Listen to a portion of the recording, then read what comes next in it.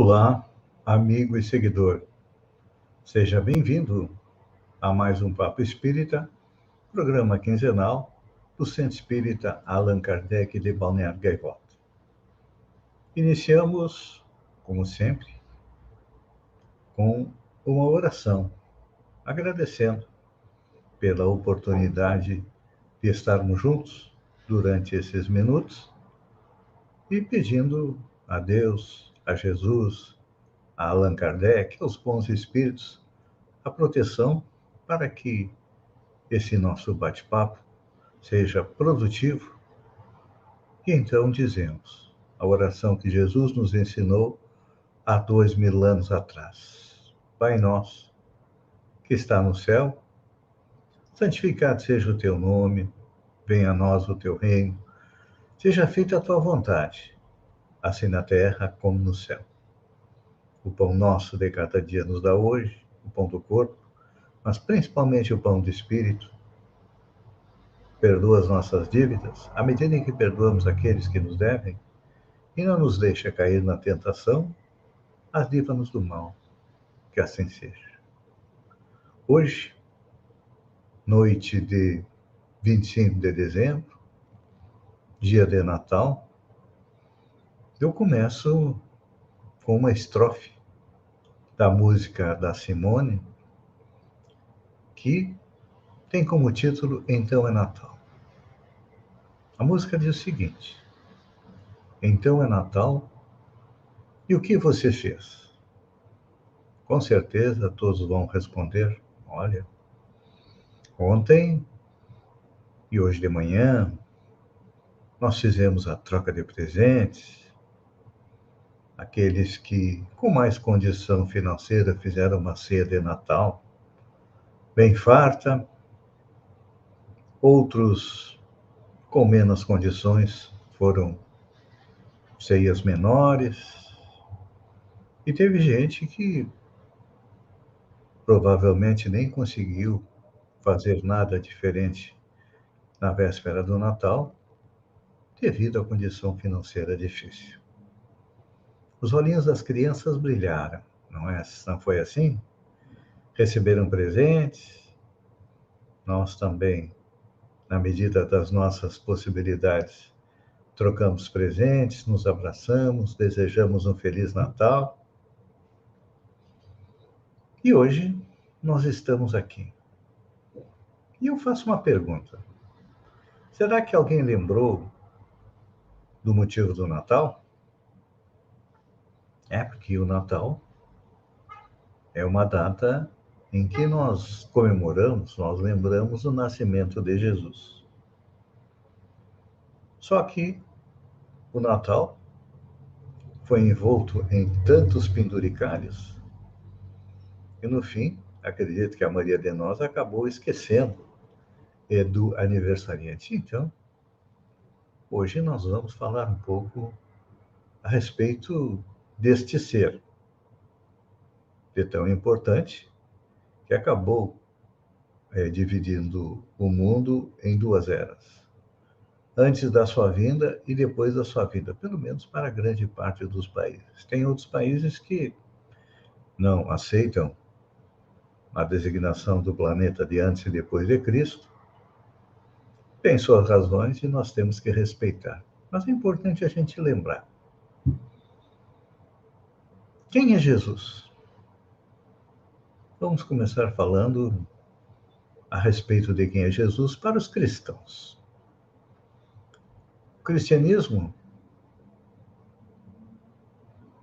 em sua cultura ocidental, onde todos nós estamos inseridos, a figura de Jesus normalmente vem acompanhada de Cristo. Assim sendo, Jesus Cristo para os cristãos é o Filho de Deus, o Criador de todos.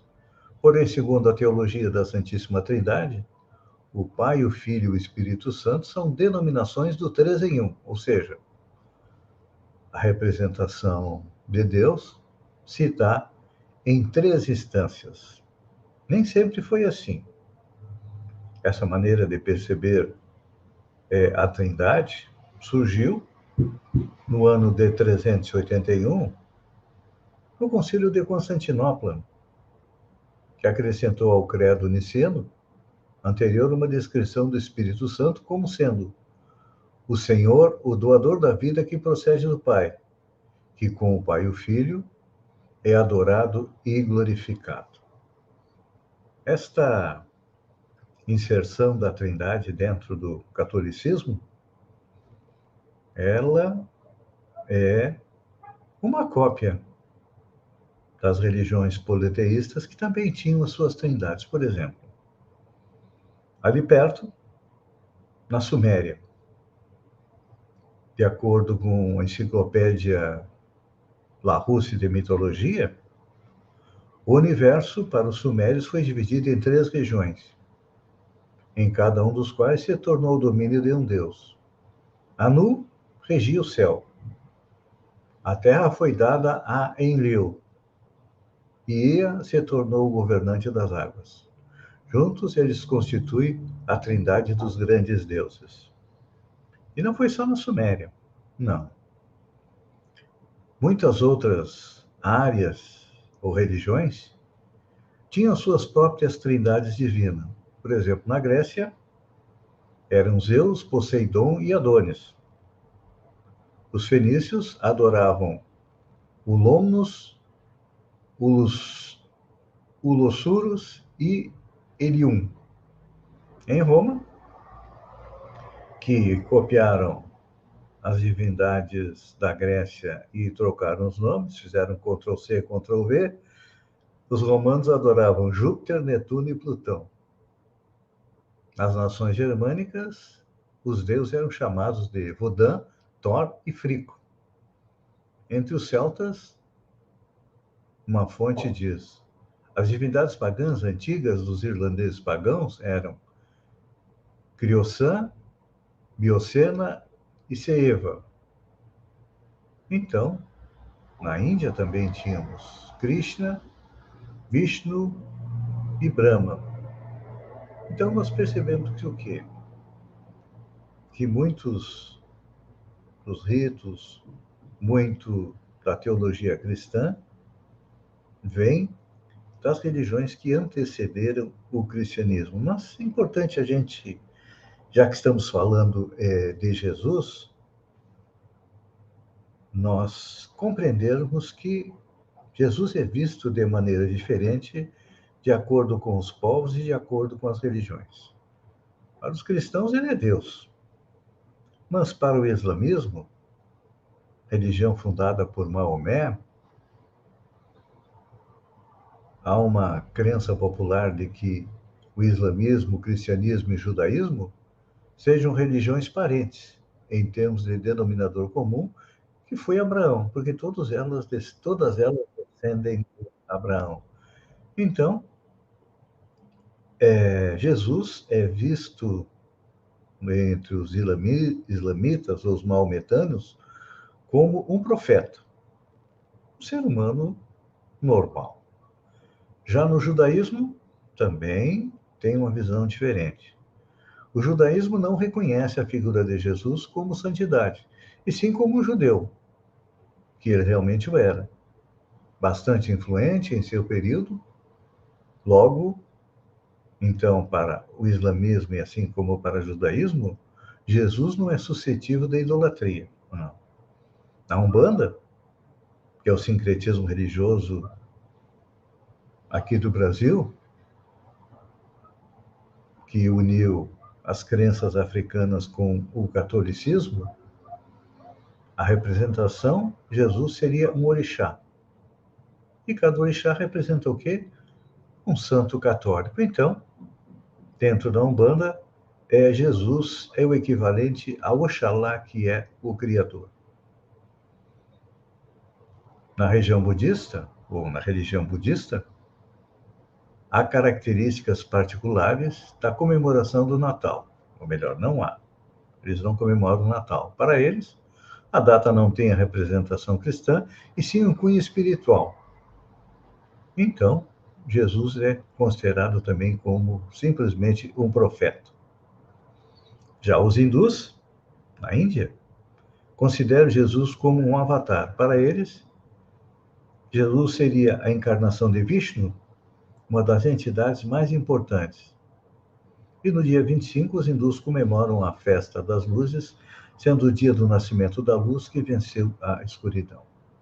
Então, nós percebemos que há uma diversidade bastante grande de como Jesus é percebido.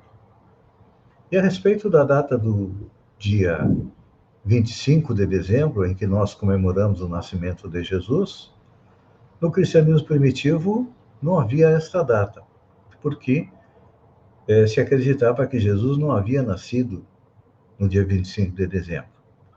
O nascimento de Jesus no dia 25 de dezembro foi também trazido de uma outra religião, o mitraísmo, que era uma religião bastante popular na antiga Roma, e tem algumas semelhanças entre Mitra, que era o deus do mitraísmo, que era o deus Sol, e Jesus. Por exemplo, o deus Mitra nasceu no dia 25 de dezembro. Ele também nasceu de uma virgem. Então, o que aconteceu? Para dar um pouco mais de credibilidade e dar um pouco mais de chegar mais até as pessoas do cristianismo, foi colocado no dia 25 de dezembro o nascimento de Jesus. Mas eu pergunto, será que tem alguma importância se Jesus nasceu no dia 25 de dezembro? Teria nascido em março, outros dizem que ele poderia ter nascido em dezembro. E a gente pergunta também, será que tem muita importância o ano em que Jesus nasceu? Porque dizem que Jesus poderia ter nascido não no ano zero, teria nascido 4 a 7 anos antes da data que foi colocada no calendário como sendo o ano zero. Então, é importante a gente lembrar que o nascimento de Jesus, ele se dá num momento extremamente importante da história da humanidade. No Evangelho segundo o Espiritismo, do Espírito São Luís, divide as categorias dos mundos habitados em mundos primitivos, mundos de provas e expiação, mundos de regeneração, mundos felizes e mundos superiores. E Allan Kardec ainda nos traz uma outra divisão que seria os mundos intermediários, onde ainda não haveria. Então, a Terra já teria sido um mundo intermediário, quando não havia vida no entorno dela, e sim espíritos desencarnados no seu entorno. Depois foi promovida para o mundo primitivo, onde o ser humano fez as suas primeiras encarnações, e então, quando estávamos para ser promovido de mundo primitivo para mundo de provas e expiação, Jesus veio ao planeta para nos mostrar o caminho da felicidade. Porque se nós pudermos resumir tudo aquilo que Jesus viveu e exemplificou em uma palavra, com certeza na mente de vocês já está a palavra amor. Porque a lei de amor é a lei que vige no universo, que governa o universo. Por amor, Deus cria os mundos para que os espíritos habitem neles. Por amor, Deus cria o princípio inteligente, que vai estagiando pelos reinos mineral, vegetal, animal, até chegar no reino hominal. Então, como nós fizemos a nossa primeira encarnação aqui no planeta, quando o planeta foi promovido de primitivo para provas e expiações, vem Jesus nos mostrar o caminho da felicidade. E fica também uma outra, e no Livro dos Espíritos, Allan Kardec nos traz para o mundo ocidental 3 revelações. A primeira vem através de Moisés, que nos traz a ideia de um Deus único, que até então todos os povos do planeta eram politeístas, acreditavam na existência de vários deuses. Depois vem Moisés, trazendo a ideia de um Deus único para o povo judeu. Seria a primeira revelação. Está lá no Evangelho segundo o Espiritismo.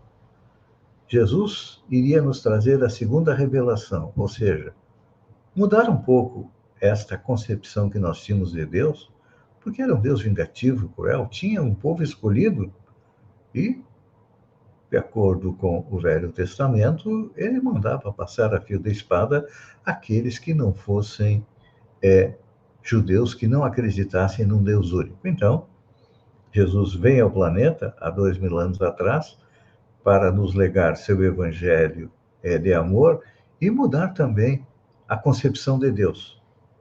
Deus já não é mais um Deus vingativo e cruel. Deus é um pai que eventualmente precisa ser mais severo com os seus filhos porque eles desrespeitam as leis divinas. Então, Jesus nos traria a segunda revelação e a terceira revelação, que muitos acreditam que seria o retorno de Jesus, vem através do quê? Da doutrina espírita, que vem restabelecer os ensinos de Jesus, porque à medida que o tempo foi passando, os ensinos de Jesus foram sendo deixados de lado e há a necessidade de voltarmos novamente a compreender e conhecer não só a lei do amor, mas as leis que regem tanto o universo físico como o universo moral. Então, Allan Kardec até foi bastante comedido quando nos fala a respeito de Jesus.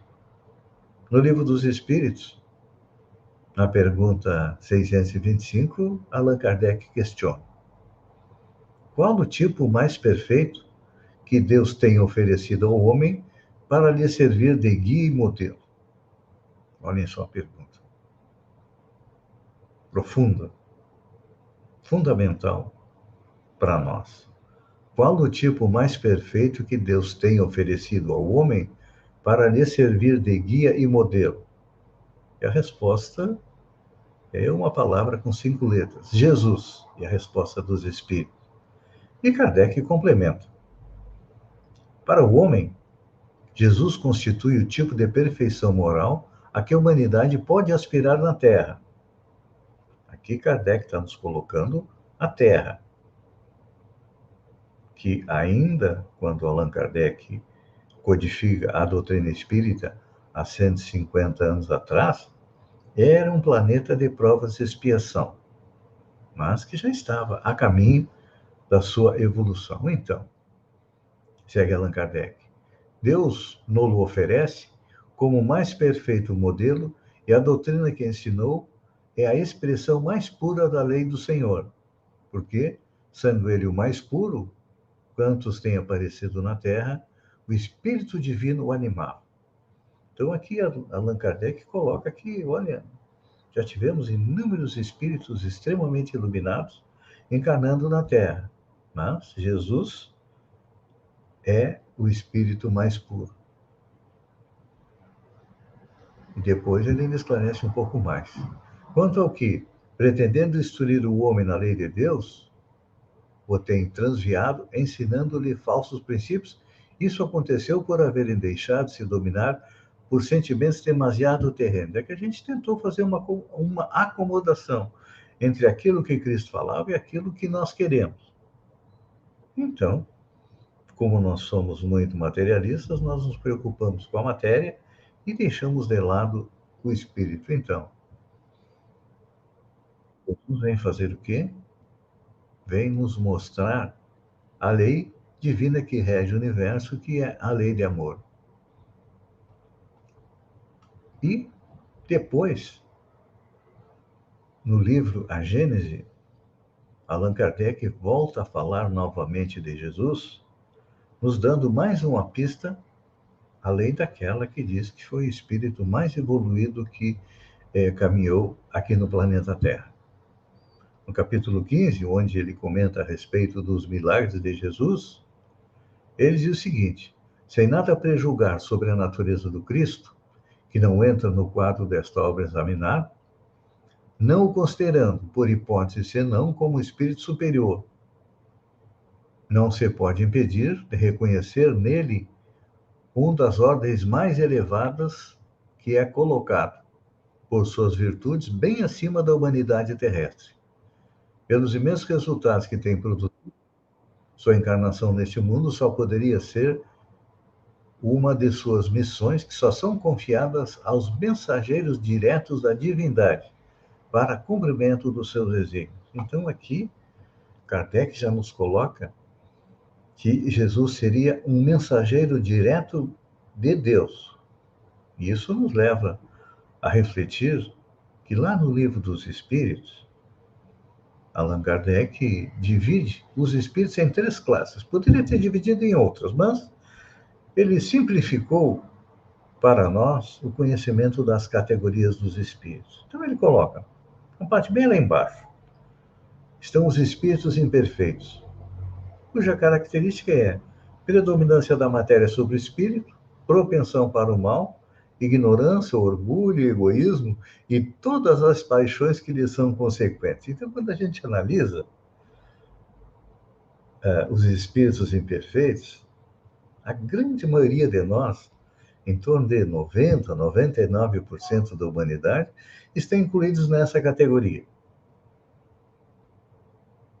Não é? Sim, com certeza você vai concordar comigo. Mas, por o universo ter em torno de 13, 14 bilhões de anos, é claro que tem espíritos mais evoluídos que nós, e então nós vamos para a segunda ordem, que são os bons espíritos.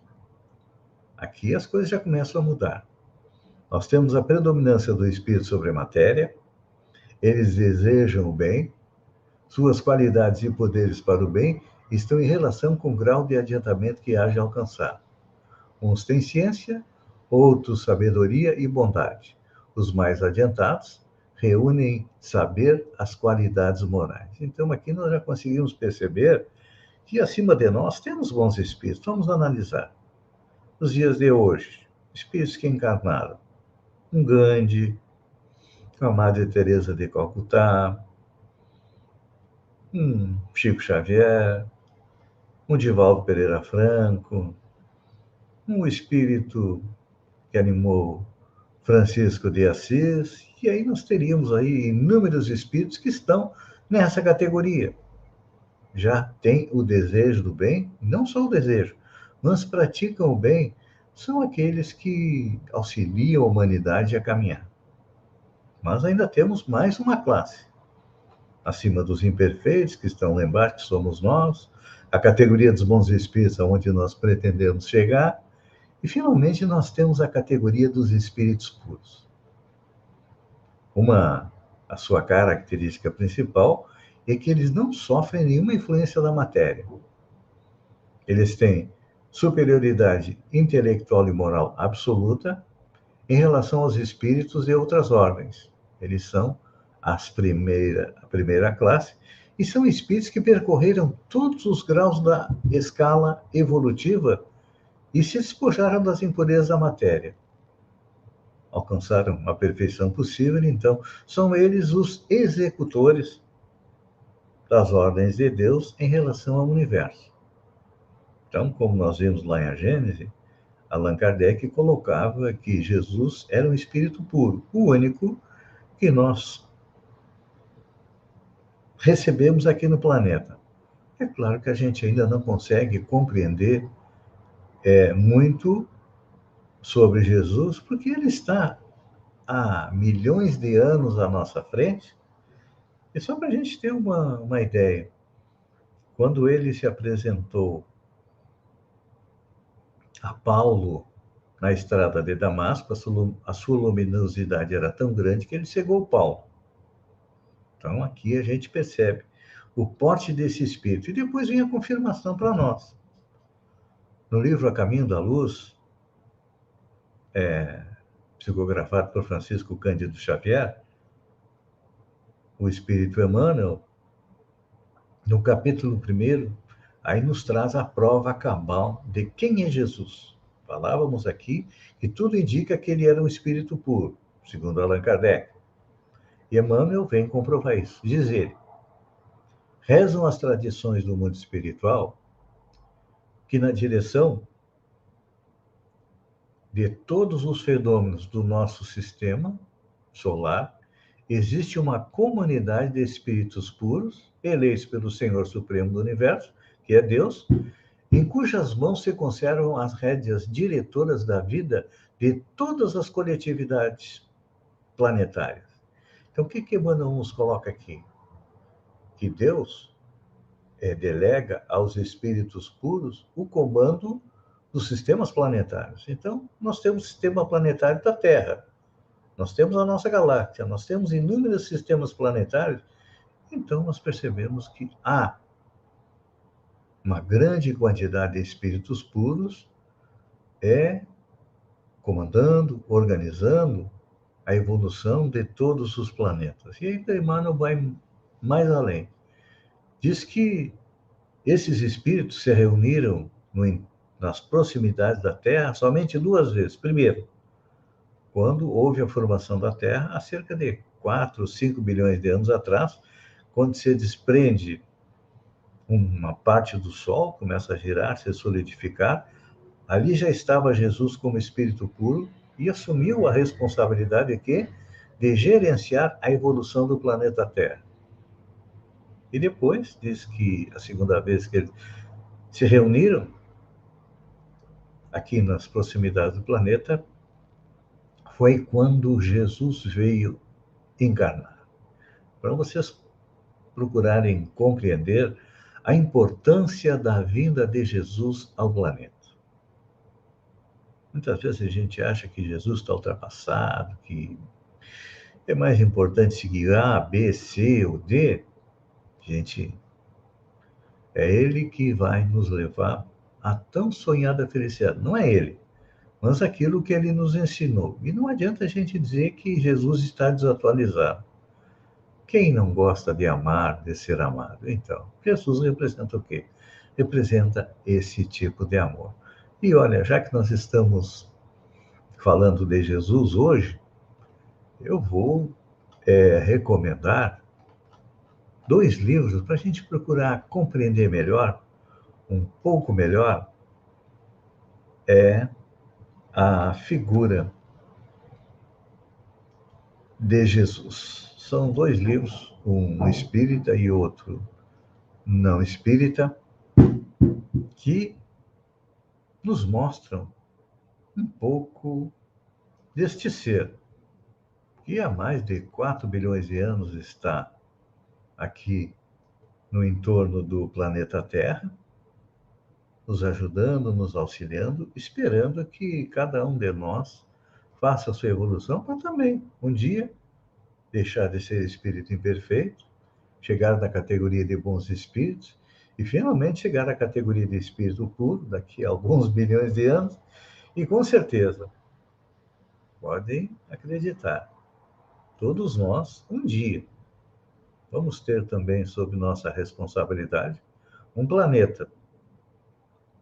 Não sei se tão bonito como o nosso planeta Terra, mas também teremos essa responsabilidade. Então, os 2 livros que eu sugiro de leitura, um deles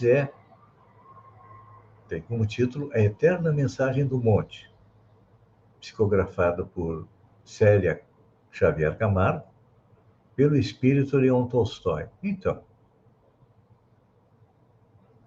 o escritor, enquanto vivo, e espírito, depois de retornar à pátria espiritual, Leon Tolstói,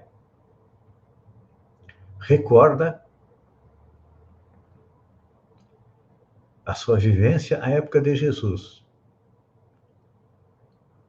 Numa série de contos com personagens que conviveram com o mestre e por ele foram transformados. Então, esse livro nos motiva a refletir sobre o verdadeiro significado da vida, as transformações possíveis de serem realizadas por aqueles que se deixam tocar pelos ensinos de Jesus. Esse é um livro espírita. O outro não é espírita, é intitulado Jesus, o Filho do Homem, suas palavras e suas obras contadas e registradas por aqueles que o conheceram. Na minha humilde opinião, essa é a melhor obra do escritor Khalil Gibran, que todos conhecem pelo livro O Profeta, que também é um impressionante retrato de ficção, pelos olhos daqueles que conviveram com ele. Gibran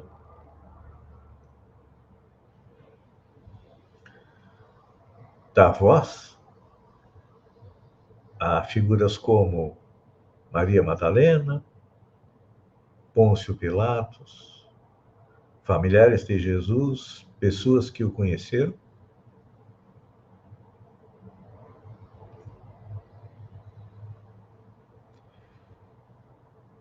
E essa é uma daquelas obras que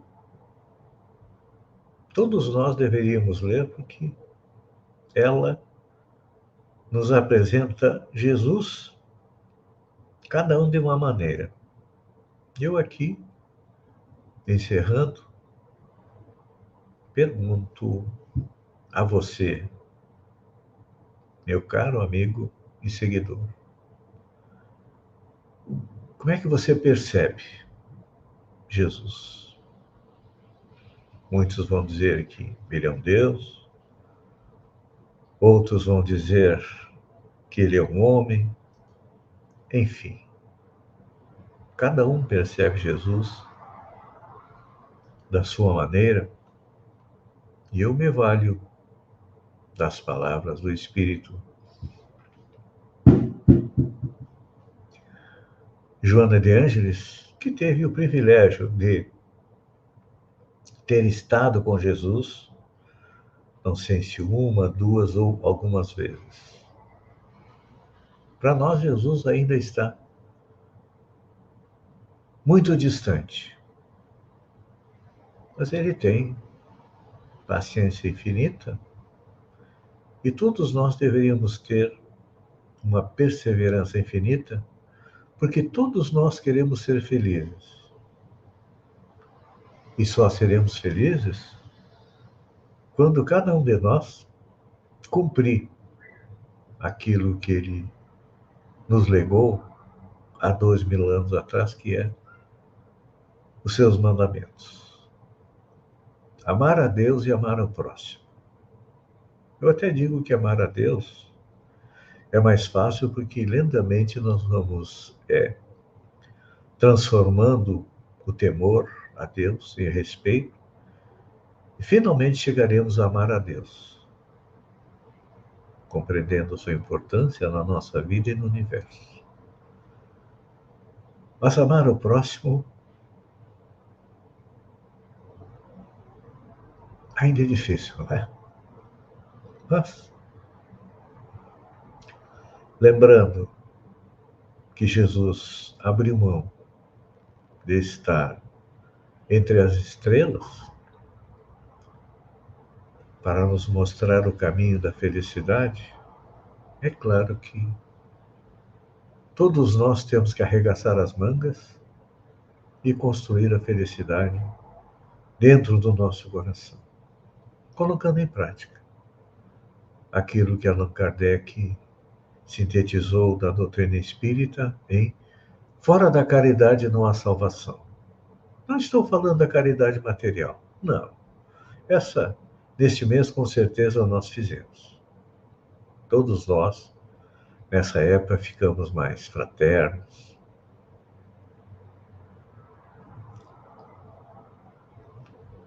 Nosso coração se enternece, mas a verdadeira caridade é compreender, suportar e amar a todos aqueles que convivem conosco.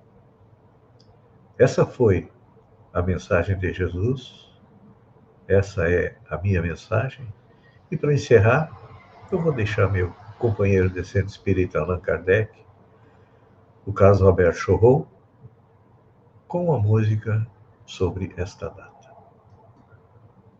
e nem tenho aflição, pois tenho Jesus no meu coração. A terra que amamos é a nossa escola. Estudo e trabalho são bênçãos sem fim. Nas horas difíceis de exames e provas, eu tenho certeza Jesus é por mim. Sigamos à frente, embora os espinhos, ouvimos de perto serena voz. Ninguém retroceda de nossos caminhos, é o Cristo divino chamando por nós. Eu vivo contente, feliz a cantar, em paz e alegria no meu caminhar. Não tenho problema e nem tenho aflição, pois tenho Jesus no meu coração. A terra que amamos é a nossa escola. Estudo e trabalho são bênçãos sem fim. Nas horas difíceis de exames e provas, eu tenho certeza Jesus é por mim. Sigamos à frente, embora os espinhos, ouvimos de perto serena voz. Ninguém retroceda de nossos caminhos, é o Cristo divino chamando por nós. Ninguém retroceda de nossos caminhos, é o Cristo divino chamando